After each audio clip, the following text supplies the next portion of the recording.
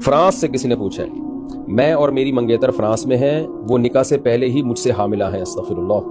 اب ہم نکاح کرنا چاہتے ہیں، کیا حمل کے دوران نکاح کر سکتے ہیں؟ اس کے والد شادی پر راضی ہیں لیکن فرانس نہیں آ سکتے، کیا ہم اس کے والد کے بغیر شادی کر سکتے ہیں؟ آپ نے جب اس کے والد کی اجازت کے بغیر اس کو پریگننٹ کر دیا، زنا کر دیا، تو اب شادی کرنے کے لیے ابا سے پوچھنے کے تکلف کی کیا ضرورت ہے؟ دیکھیں، زنا بہت بڑا جرم ہے، یہ ہلکا نہیں ہے۔ منگیتر سے جو کچھ آپ نے کیا، یہ بہت بڑا جرم کیا ہے۔ حرام بچہ پیدا کرو گے آپ تو جو ہے شادی سے 6 مہینے بعد، اگر 6 مہینے پہلے بچہ پیدا ہو گیا تو اس کی تو کوئی لاجک بنتی نہیں ہے نا، وہ تو یہی سمجھا جائے گا کہ شادی سے پہلے ہی حمل ٹھہرا ہے۔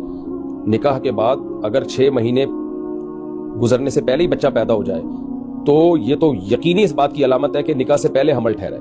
6 مہینے بعد بچہ پیدا ہو تو پبلک کو یہی کہا جائے گا بھائی ہو سکتا ہے نکاح کے بعد حمل ٹھہرا ہو، لیکن اگر 6 مہینے پہلے ہی بچہ پیدا ہو گیا تو پھر آپ کیسے بتائیں گے کہ یہ، یعنی پھر لوگ کیسے فرض کر لیں گے کہ نکاح کے بعد یہ ہم بستری ہوئی ہے؟